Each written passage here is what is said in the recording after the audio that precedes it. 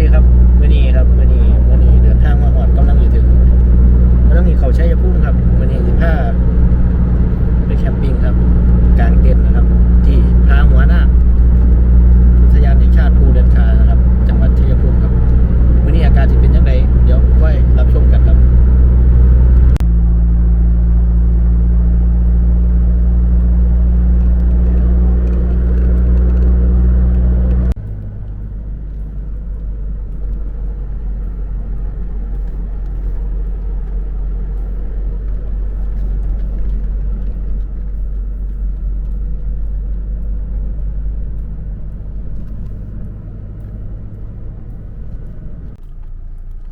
ฮอดแล้วครับด่านผ่านประตู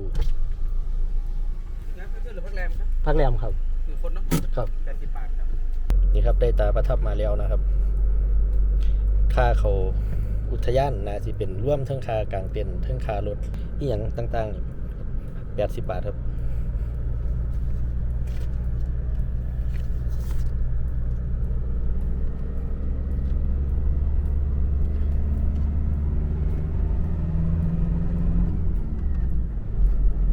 นี่มาหอดครับมาหอดแล้วครับมองนี้เป็นมองกลางเต็นท์รถครับ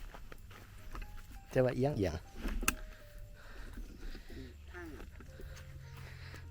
ตั้งหุ่นดินเนี่ยตั้งหุ่นดินเนี่ยตั้งค่อยๆ ก็ยัง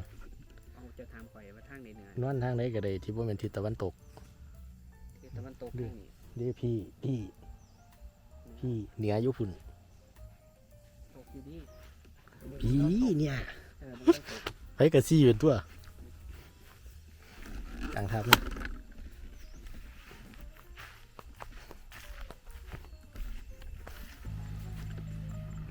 นี่ครับคนกลาง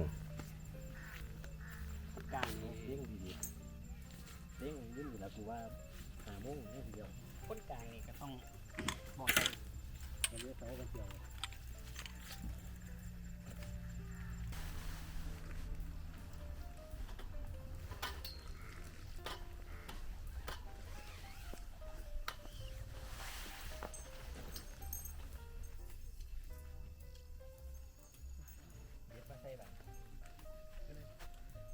จับไปบ่ นี่จะเบิ่งเด็กเจ้าง้อเลย นี่แก เด็กครับเด็กเสาจัง เป็นยังเจ้าคือว่าเอาเห็นที่มันเป็นเจ้าเป็นยังคือว่าเอาที่มันแข็งเป็นตัว ข่อยว่าไม่สูงกว่ามันสูงมันเลยต้องอยู่ตรงนั้น อันนี้ มันสูงกว่าอันที่เท่า สูงกว่าของเจ้าอ่ะ เนี่ย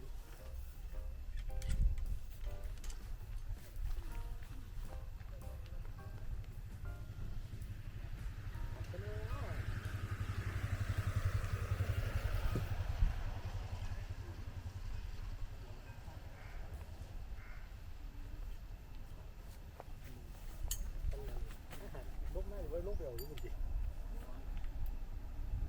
นี่วนไว้อยู่มาเส้นตรงไปดิมาแต่เดี๋ยวก็ต้องกรอกแล้วต้องมันเลยไม่เห็นกี่ลายเลย เพราะข่อยอยู่ใส่เสาเป็นก้อนเห็นว่าจะว่า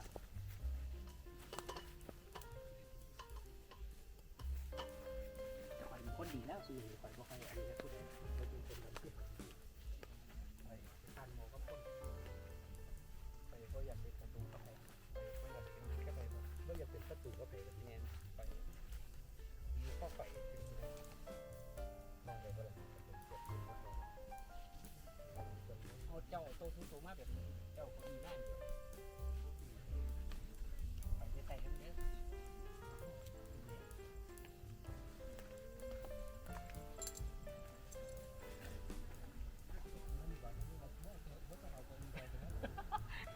ไปคิดจะเนี่ยถึงยาแล้วรอดหรอถึงจมแล้วรอดเรือจมเนี่ยถึงจมแล้วรอดเรือจมเนี่ยกินมา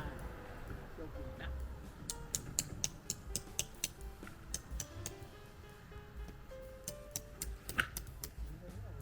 ไป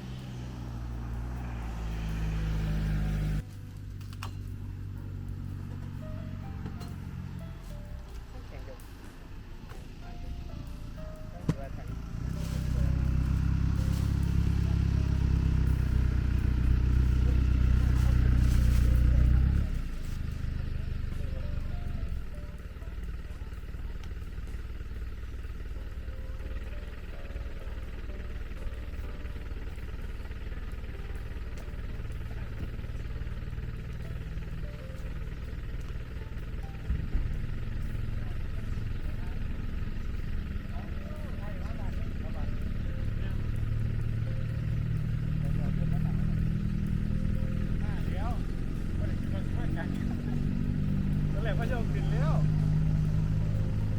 มันก็เจ็บครับ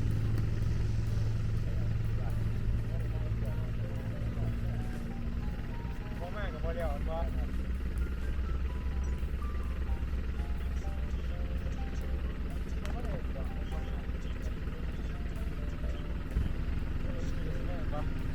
ปั๊มกันแม่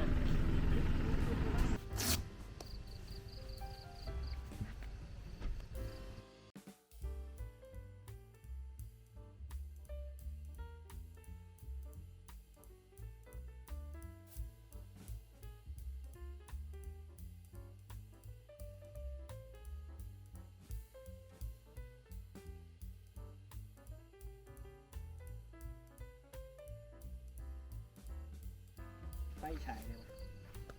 นี่ครับกลางเต็นท์แล้วนะครับดูไฟฉายครับ นี่คือไฟ โอ้ แค่นี้ เนี่ย นะครับ ไฟมีแบบเจ้าอยู่ไปตีใส่ไปนะ ติดนี่เต็มไฟนะ ขึ้นระดับเถอะ แมนนี่นะครับ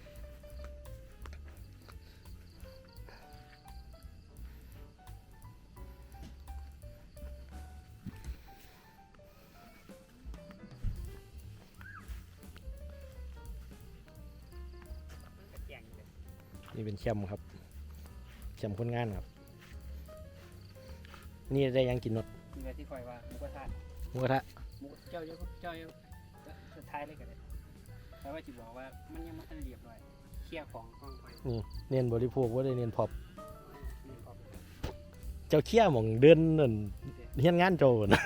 เจ้าว่ามันหัวปนอนมันหัวของคอยเนี่ยบอก เงิน ได้จัดการให้ ที่เฮ็ดหยังก่อหิ้งสิละหิ้งสิละเมียนท้ายหอบให้มันหยังก่อเขาเอิ้นท็อป เราต้องออกเสียงพ่อผ่าน ลอบ ปีหอบหอบ อ๋อนี่ครับไฟมีบแนบครับ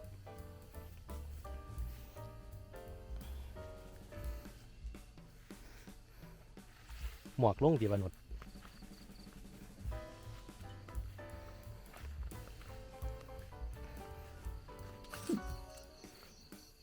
นี่เป็นข้าวผัดครับข้าวผัดกระเทียมครับข้าวผัดไข่ครับกินกับเนื้อย่างครับพี่น้องครับมื้อนี้เมนูของเฮาก็คือหมูกระทะครับอันนี้เน้นบริโภคนะครับเพราะได้เน้นพอบคือเพื่อนเราครับเพราะเขาเป็นแคมป์คนงานนะครับกะสุกเดียวกะเอาว่างลงตัวครับท่านวางลงเรื่อยเพราะต้องเท่ แล้วมันบดอ๋อ บ่มีการคาร่ำดอก บอยามันลวกเล เดี๋ ย ยวมันลวกมันเป็นพลาสติกวันนี้ได้หมูกระทะมาได้ใส่นะ มันบุญดีครับแซ่บ บุญดีควันเจนติ แมนแซ่บหลาย ชื่อเต้ควันเจนครับ มันคือจังสีบะเทียงเนี่ย เอามันคำเราดีละเอามันอย่างนี้เดียวหนูเจ้าเฝ้า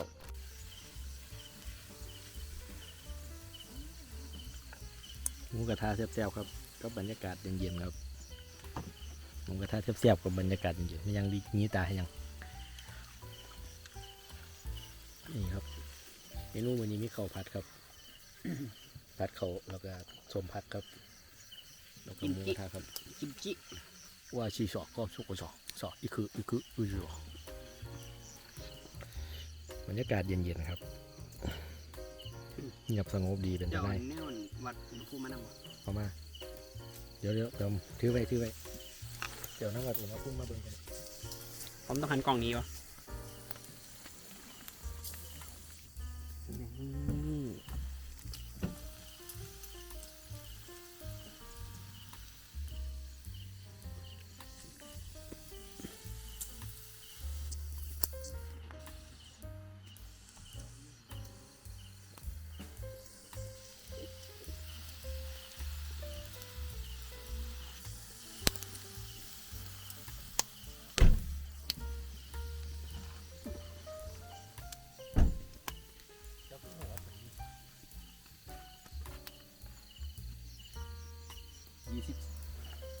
25 องศาเมื่อกี้อุณหภูมิในรถเดี๋ยวมาตั้งไว้นี่ก่อนมันเห็นบ่เมื่อไหร่จะเห็นแล้วที่หมูกระทะระดับก่อน อากาศเย็นๆครับยามเย็นกับสมาชิกหนึ่งหลัง 2 หลังตรงนู้นแล้วก็3 หลัง4 หลังแล้วมันมืดหน่อย5 หลังฝั่งด้านหลังนู่น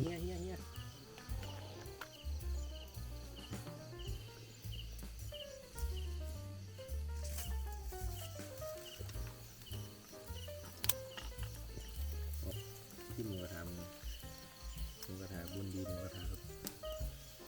น้ำจิ้มรสเด็ด ผมบนอ่ะ ไม่ต้ม เด็ด เผ็ดหอม คร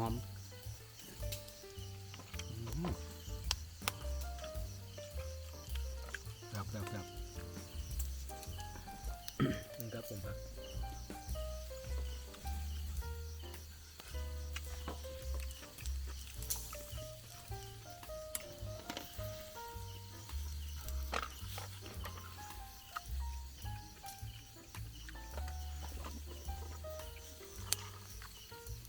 ข้าวผัดครับข้าวผัดเกลือ กับหมูกระทะ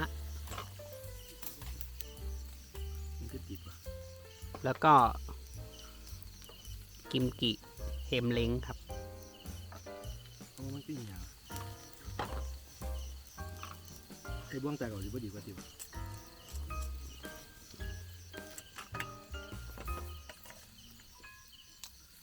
คันถามมามากเค็มเป็นยังคือต้องกินข้าวผัดตอบได้เดี๋ยวแบบยังคือกินข้าวผัดเป็นยังยุรานเนี่ยยังเขาคือเห็ดข้าวผัดเห็ดคือกันล่ะเล่นบ่ยกปูเนี่ย เจ้าชีวิตตัดออกอยังไงบ่บางอัน ว่าแล้วว่าแต่ บอกคอยชีบอกนะ เอาว่ารถว่า บอกเมื่อกี้จะบอกกำลังดีเลยก่อยมันกำลังจะได้เนื้อหาคลิปเลยได้เมื่อกี้นี่กำลังได้ความรู้เลยเด้มึงเจ้ากับบ้านเป็นอย่างที่ กำลังอยู่ที่ศาลา กำลังหยิบวิสาระกำลังหยิบแบบเหมือนเนี่ยให้ความรู้นะนี่ให้ความรู้นะ เจ้ากับบ้านอย่างนี้ ผมจะเป็นตากล้องให้เจ้าถ่ายคลิปข่อยถ่ายคลิป เจ้าที่เป็นยูทูบเบอร์ เจ้าจะเป็นทิ้ม ข่อยเป็นล้างบ้านเจ้าทีมงาน เจ้าจะไปนั่งหลังบ้านกระโดด ทีมงานหลังบ้านทีมงานหลังบ้านเจ้าว่าข่อยพอเสียงดัง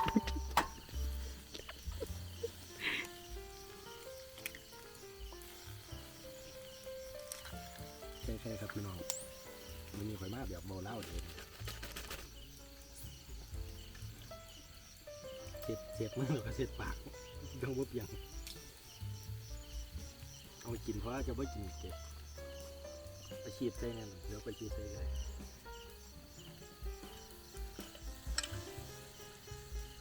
3 ชั้นมาแล้วที่เดียว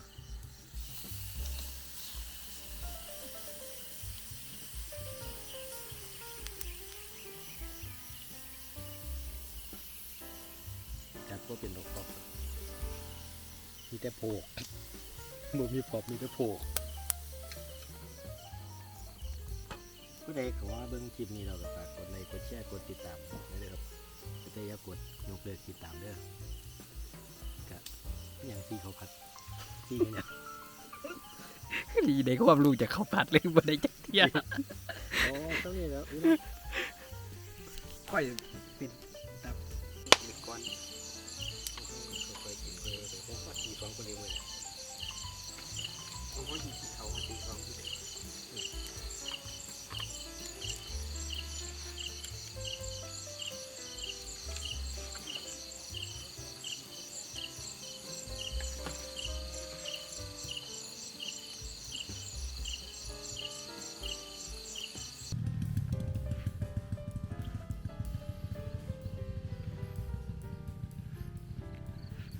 สวัสดีตอนสวยๆครับ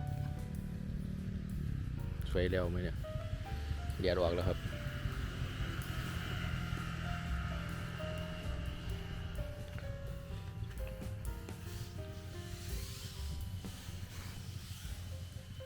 ขนาดกู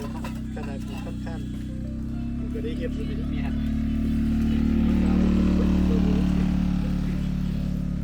เอาบอกว่าไหนหมด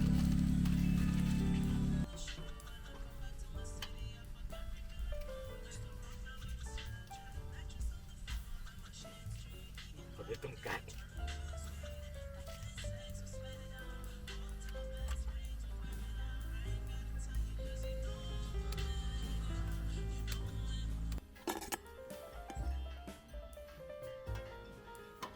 มาม่าครับต้มมาม่ากินตอนเช้าครับกินเราก็เก็บกวางกลับบ้านครับ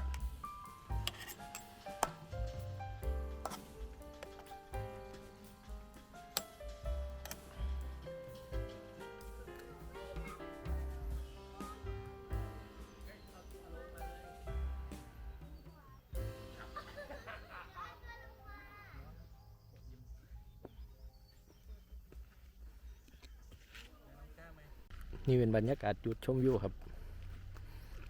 มองเบิ่งตะเวนนะครับ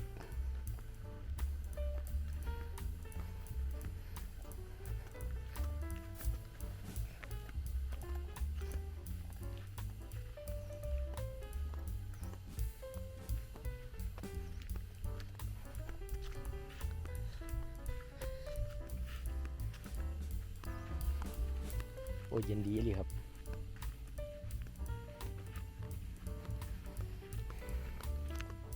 รองรับไม่เกิน10 คน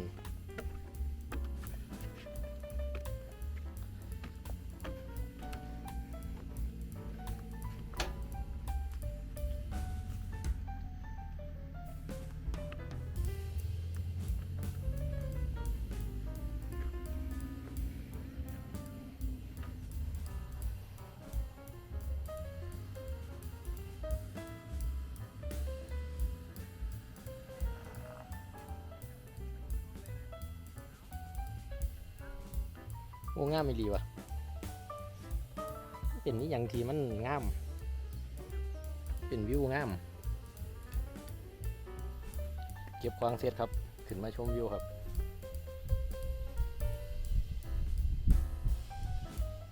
นี่เป็นวิวใส่ก่อนเนาะจ้ะวะน้ำหนาวแม่นบ่